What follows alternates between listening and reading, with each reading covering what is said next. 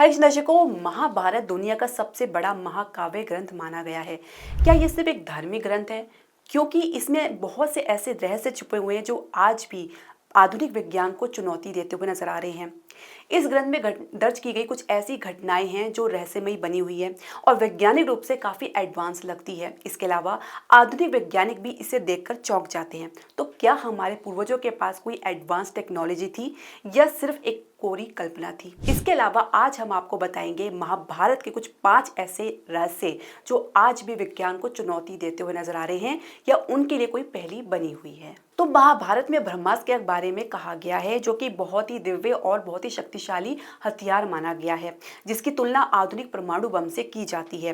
देखिए, जब ब्रह्मास्त्र छोड़ा जाता था तो आकाश में एक बहुत बड़ी चमक देखने को मिलती है। उसके बाद बहुत बड़ा विस्फोट होता है और उसके बाद जब ये विस्फोट धरती पर गिरता है तो धरती के जितना भी क्षेत्र है पूरी तरीके से इसके प्रभाव में आ जाता है।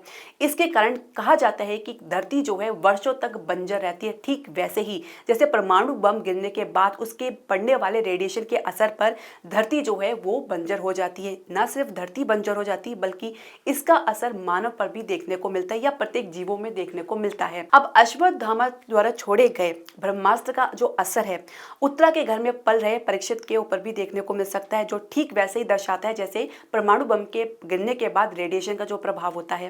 तो क्या प्राचीन भारत में कुछ ऐसी तकनीक थी जो परमाणु बम के बराबर थी या उसकी ऊर्जा को कॉम्पीट करती है, या फिर सिर्फ ये एक दिव्य कथा थी? दर्शकों, कभी आपने सोचा है कि संजय ने महाभारत के युद्ध को लाइव कैसे देखा, जबकि वो हस्तिनापुर में बैठे थे और महाभारत जो है कुरुक्षेत्र के मैदान में हो रहा था?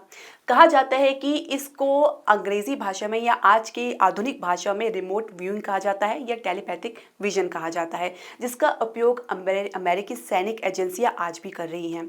संजय की दिव्य दृष्टि एक अनोखी शक्ति थी, लेकिन सवाल ये उठता है कि क्या ये सिर्फ चमत्कार था या किसी एडवांस साइंस का संकेत? ये बात सिद्ध करता है कि भारत में ऐसी मानसिक शक्ति का ज्ञान था जिसका प्रयोग उस समय के व्यक्ति करते थे, लेकिन आज भी इसको विज्ञान पूरी तरीके से समझ नहीं पाया है। क्या कर्ण के कवच और कुंडल सिर्फ एक उपमा थे या फिर किसी एडवांस टेक्नोलॉजी का हिस्सा?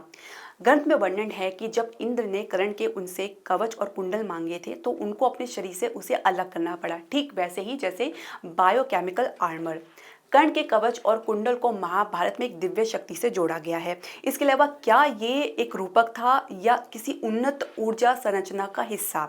अब देखिए, इतना नहीं, महाभारत में अर्जुन और भीष्म जैसे योद्धाओं की ध्यान जो शक्ति थी उस एक दिव्य शक्ति के बारे में कहा गया है जो कुंडली जागरण से जोड़ा गया है।